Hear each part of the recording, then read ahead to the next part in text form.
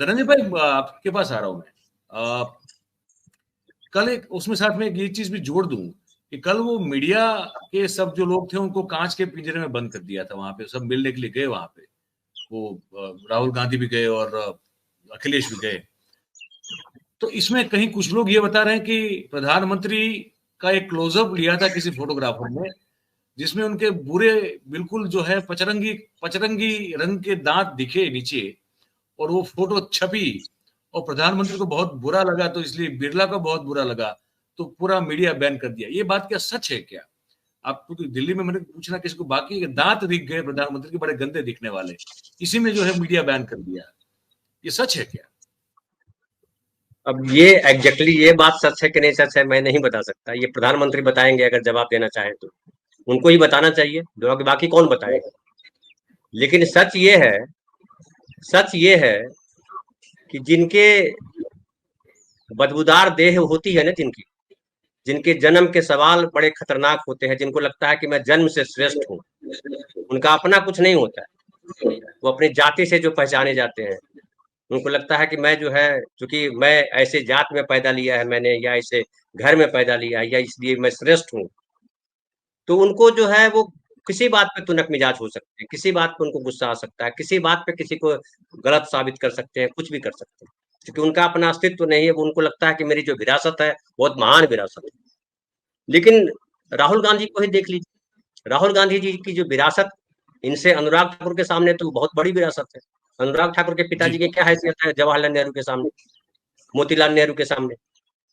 लेकिन उनको उनके पिताजी मुख्यमंत्री रहे वहां के, तो उनको लग रहा कि बहुत बड़ी हैसियत हमारी है। अभी प्रधानमंत्री है नरेंद्र मोदी जी को, तो उनको भी लग रही होगी कि मेरी बड़ी हैसियत है, मैं देश को अपनी उंगलियों पे नचाता हूँ, दुनिया में कहीं भी युद्ध रोक सकता हूँ, मैं नॉन बायोलॉजिकल भी हो जाता हूँ।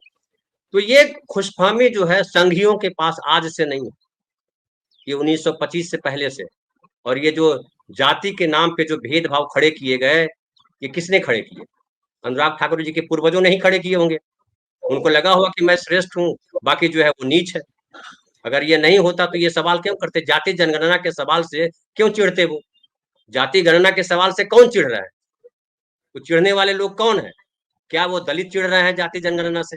क्या वो चिढ़ रहे हैं पिछड़े चिढ़ रहे हैं जाति जनगणना से? क्या सुनील जी चिढ़ रहे हैं जाति जनगणना से? क्या राकेश भाई चिढ़ रहे हैं जाति जनगणना से? जाति जनगणना से वही चिढ़ रहे हैं जिनको लगता है कि ये गणना होगी तो मेरी जगह जो है इस जगह नहीं होगी, क्योंकि मैं जाति के नाम पे श्रेष्ठ बना हुआ, और जाति के नाम पे मुझे जो है ये बनाया गया। और आरएसएस का तो एजेंडा यही, वो झूठ बोलता है हिंदू के नाम पे, हम ये हिंदू हम बने हिंदू राष्ट्र बनाना चाहते हैं। वो तो जातियों के आधार पे जो श्रेष्ठ है ब्राह्मण, और ब्राह्मण में भी कौन जो उनकी जड़ता की बात करे, ब्राह्मण में वो नहीं जो प्रगति की बात करता हो, ब्राह्मण में वो नहीं जो मनुष्यता की बात करता हो, ब्राह्मण में वो नहीं जो धर्म की बात करता हो, मानव धर्म की बात करता हो, ब्राह्मण में वो जो जड़ता, वो कोई भी उसको पसंद है जो जड़ता की बात करता हो। और आप कांवड़िए जो है देख लीजिए, कांवड़िए क्या कर रहे हैं, वो कांवड़िए उनको बड़े पसंद है, जो हुड़दंग मचा रहे हैं धर्म के नाम पर, और जो है पुलिस स्टेशन पे कब्जा कर लेते हैं। अभी मैं एक जगह वीडियो देख रहा हूँ, एक टोल नाका पे कब्जा कर दिया है, और तमाम पूरी सड़कों पे रखा हुआ है उनका वो कावड़ रखा हुआ है, अब कोई गाड़ी लेके चल नहीं सकता है। आपको अभी भी मैंने एक दृश्य देखा है आधा घंटा पहले, उसमें कोई स्कूल की बस है, बच्चों से भरी हुई बस थी, तोड़ दिया उसको, बच्चों को हालांकि चोट नहीं लगी। अब ये कौन है? तो ये जो बीजेपी है, ये जो आरएसएस के लोग हैं, ऐसी ही गुंडागर्दी देश में चाहते हैं। लेकिन क्या इनकी गुंडागर्दी चलेगी? अब इनको मिर्ची क्यों लग रही है मैं बताऊं। राहुल गांधी ने बहुत सही जवाब दिया है, अखिलेश ने भी बहुत सही जवाब दिया। अखिलेश का जवाब भी सही है, राहुल गांधी का भी जवाब सही है। राहुल गांधी ने कहा है कि भाई हमको कोई माफी नहीं मंगवाना है, आपने अपना काम किया, मुझे अपना काम करना है। ये बड़ी अच्छी बात कही। लेकिन अखिलेश यादव ने जो कहा है वो भी जरूरी है, इनको उसी भाषा में जवाब देने की भी जरूरत है। अगर आप गांधी वाले मूड में हमेशा रहेंगे तो आपके माथे पे पेशाब करके ये चले जाएंगे, क्योंकि इनको शर्म नहीं आती। बेशर्म लोग हैं, खानदान पूरा बेशर्म है। इनको केवल एहसास है कि मैं ऐसे जात में पैदा लिया हूँ। ये कौन लोग हैं? अरे खुद पे गर्व करो, खुद ऐसा काम करो राहुल गांधी ने वो काम किया। आपने तो 10 साल में उस आदमी को पप्पू बनाया कि बेवकूफ आदमी है, बालक बुद्धि है, लेकिन उस आदमी ने 10 साल में वो खड़ा कर दिया कि इतने साल के मुख्यमंत्री, प्रधानमंत्री, इतनी ताकत के बाद भी संसद में सामना करने की हैसियत नहीं है, हिम्मत नहीं हो रही है, भागे फिर रहे हैं, जवाब नहीं सूझ रहा है। 10-10 मंत्री लटक जाते हैं, पूरा लोकसभा अध्यक्ष लटका हुआ है बचाव में, तो नहीं बच पा रहे हो। क्यों नहीं बच पा रहे हो? आत्मनिरीक्षण करो, नहीं तो दुनिया में जो है कोई रहा नहीं है, सबको जाना है। ये दुनिया है, दुनिया में ऐसे लोग नहीं, और जड़ता कभी रहती नहीं है, जड़ता हमेशा टूटती है, कोई दूसरा नहीं तोड़ता। उसी के घर में पैदा हुआ व्यक्ति, हिरण्यकश्यप के घर में प्रहलाद पैदा हुआ था, उसी के घर। इसलिए एक और फिल्म सिनेमा का गाना है, घर का दीपक ही घर को जलाएगा। तो घर में जो है ना, जहां हो वही तोड़ेगा तुम्हें, तुम्हारा गुमान कोई बाहर का आदमी नहीं तोड़ेगा। वो इसलिए नहीं तोड़ेगा कि वो लिहाज करके हट जाएगा, बोले कहाँ पैखाने में पत्थर मारते हो यार, लेकिन जिसके घर में पैखाना है वो पैखाना हटाएगा, क्योंकि वो उस घर में रह रहा है। तो तुम्हारे जो घर में है, तुम्हारे घर वाले ही तुमको लात मार के निकालेंगे, बाहरी लोगों को जरूरत नहीं है निकालने की। इसलिए राहुल गांधी ने बहुत बढ़िया परिचय दिया है। अखिलेश यादव के रिएक्शन अपनी जगह सही है, क्योंकि अखिलेश यादव ने जो कहा है, ये आक्रोश भी जरूरी है। अगर आक्रोश, ये पहले भी कहा था गोली मारो सालों को, मैंने किसी का, अभी क्या कह रहा है, मैंने किसी का नाम नहीं लिया, मैंने भी किसी का नाम नहीं लिया, कहकर अरे नाम नहीं लिया मतलब क्या, वो तुम क्या कह रहे हो, ये तो सोचो। किसको कह रहा है, क्यों कह रहे हो? जाति जनगणना जो करा रहे हैं वो राहुल गांधी को नहीं तो किसको कह रहे हैं? वो मतलब बड़ा हास्यास्पद लगा कि वो जैसे नहीं कल, हास्यास्पद, देखिए मयूर भाई, मुझे अनुराग नहीं मैं ठाकुर से कोई बात नहीं है। नहीं नहीं मैं अलग बात कर रहा हूँ। मैं वो कह रहा हूँ कि अब जो राहुल गांधी ने कल वो जो बातचीत में स्पीकर से जो है नोकझोंक करते हुए जो ये कह दिया ना कि तो सर बताइए मैं क्या कहूं, मैं क्या, मैं A1 A2 कह दूं क्या? अब वो बड़ा नेचुरल कोर्स में आ गया पूरा, ठीक है। वो स्क्रिप्टेड लग नहीं रहा था, वो स्क्रिप्टेड नहीं लग रहा था कहीं भी, ठीक है। वो आ गया तो आ गया, अब वो अपने आप में छा भी गया पूरा मामला। तो जैसे वो एक पनौती काफी फेमस हो गया था, अब ये A1 A2 काफी वो हो गया।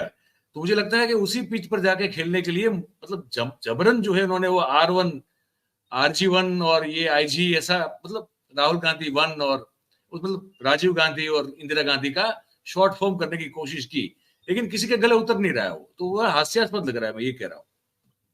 नहीं, नकल तो नकल ही होती है ना मयूर भाई। एक सिनेमा शोले हिट हो गई, शोले हिट होने के बाद कई लोगों ने शोले बनाई, बनी। हाँ एक मदर इंडिया पिक्चर हिट हो गई, मदर इंडिया फिर ढेर सारे लोगों ने बनाई, बनी। नकल नकल ही होती है। और अब एक सवाल है, देखिए क्या होता है कि एक कहते हैं ना, हमारे यहाँ गांव में कहते हैं घूरे के भी दिन फिरते हैं। हमारे यहाँ कहावत है, घूरे मतलब जहाँ गौशाला होती है, जहाँ पे गांव घर का जो राख होता है वो डाला जाता है, उसी पे जानवर जो है, मवेशी जो है पेशाब करते हैं, पैखाना करते हैं, फिर उसको खोद करके निकाला जाता है, वापस खेत में डालते हैं, उसको घूरा कहते हैं। जी। तो घूरे के भी दिन फिरते हैं, तो इनके भी दिन आ गए थे कुछ दिन के लिए।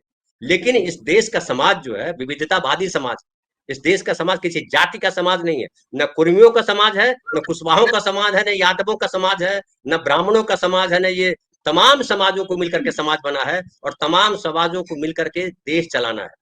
देश इनसे नहीं चलने वाला, देख लिया देश में। तो आप जो है जो शरद पवार ने जो कहा है, मामूली बात थोड़े कही है, और वही उसी अरे दिशा में बहुत, जा रहे हैं। शरद पवार ने कहा है कि मणिपुर जैसे हालात जो है महाराष्ट्र में खड़े करना चाहते हैं। अनुराग ठाकुर के बहुत आज बड़ी इस बात बात हुई। से समझ में आता है कि बिल्कुल सही है, इनके मन में यही जहर है कि सारी जातियों को लड़ा दो, फिर जो है तुम ब्राह्मण श्रेष्ठ बन जाना। क्योंकि कावड़िए जैसे गुंडे उनको, लेकिन ये इनको ये भी याद रखना चाहिए कि नूह जो है उनके ही बगल में है। नूह के किसानों ने जो जवाब दिया था, वो जवाब देश देने को तैयार है। और अगर कहीं वो गृह युद्ध हो गया जो शरद पवार कह रहे थे, तो बहुत मुश्किल होगी, हम भी नहीं चाहते ऐसा हो। लेकिन जो देश की जी हालत कर रखी है, एक और लाइन में बोलता हूँ कि अभी जो 3 बच्चे जो दिल्ली में बेसमेंट में जो डूब करके मर गए, वो किनका जी। बच्चा था? वो देश के सपने सपने बुनने वाले समाज का बच्चा है, जिसको लगता है कि हमको किसी से लेना देना नहीं है, किसी के मामले में मत पढ़ो, तुम अपना पढ़ो, ये लो पैसा, हमारे पास पैसा है, तुमको पैसा देते हैं, पढ़ो, सुखी रहो, और तुम कलेक्टर बन जाना, फिर जीवन बदल जाएगा। उनके बच्चे भी सुरक्षित नहीं है। रोज जो है रोड में सड़कों पर रोज ट्रेन एक्सीडेंट हो रहे हैं। आप A2 में जाइए, A3 में जाइए, किसी में जाइए, आपका कहाँ आपकी ट्रेन उतर जाएगी पटरी से, कब पटरी से ऊपर चले जाएंगे आप, आपको पता नहीं। वो मिडिल क्लास है, जो मिडिल क्लास जो मनमोहन सिंह के शासनकाल में अपने आप को समझ लिया कि हम बहुत महान हो गए, उसको ये अगर नहीं अभी भी समझ में आ रहा है, तो फिर कोई मालिक नहीं है उसका। आप अपनी टिप्पणी कर दीजिए। देखिए, कन्फ्यूशियस जो है एक बड़े दार्शनिक हुए। उन्होंने जी, कहा चीन के कि थे। उन्होंने कहा कि ये जो है दांत जो है बाद में आते हैं, वो झड़ जाते हैं। जीभ जी, साथ में आती है और साथ में जाती है। तो जीभ हाँ, होना ज्यादा जरूरी है बनिस्बत दांत होने के। मोदी जी को ज्यादा कुछ नहीं बोलना चाहिए। मोदी जी अब किनारे हो रहे हैं, हाशिए पे जाते हुए व्यक्ति को धकेलना नहीं चाहिए। लेकिन जिसके लिए भविष्य है, भविष्य किसके लिए है? हम नागरिकों का भविष्य। मोदी जी, जी, अनुराग ठाकुर जी, फलाना जी, ढेकाना जी, ये तो आते जाते रहेंगे, ये तो रुकेंगे नहीं। लेकिन हम नागरिकों को सोचना है कि हमको क्या चाहिए। खास करके जो 5 किलो अनाज लेने वाले लोग हैं, जो अपने बच्चे को कलेक्टर बनाना चाहते हैं, अपने बेटी को एक ऐसे व्यक्ति से शादी कराना चाहते हैं जो नौकरी कर रहा हो। कहने का मतलब जो लोअर मिडिल क्लास है, जो इस लेवल पे नहीं है कि जिसके पास एक घर है। मैं बताऊं आपको, मुंबई में मैं रह रहा हूँ 32 सालों से, और मेरी वाइफ जी, जो है तो राजस्थान की, लेकिन गुजराती समाज में पली बड़ी है। गुजराती परिवार, वहाँ पूरा चारों तरफ गुजराती है। बता रही थी कि यहाँ ढेर सारे गुजराती हैं जिनका अपना आप गांव नहीं है, गांव छोड़ करके मुंबई ही उनका घर है। और उनके पास जी, घर नहीं है, इसलिए उनके बेटों की शादी नहीं हो रही है।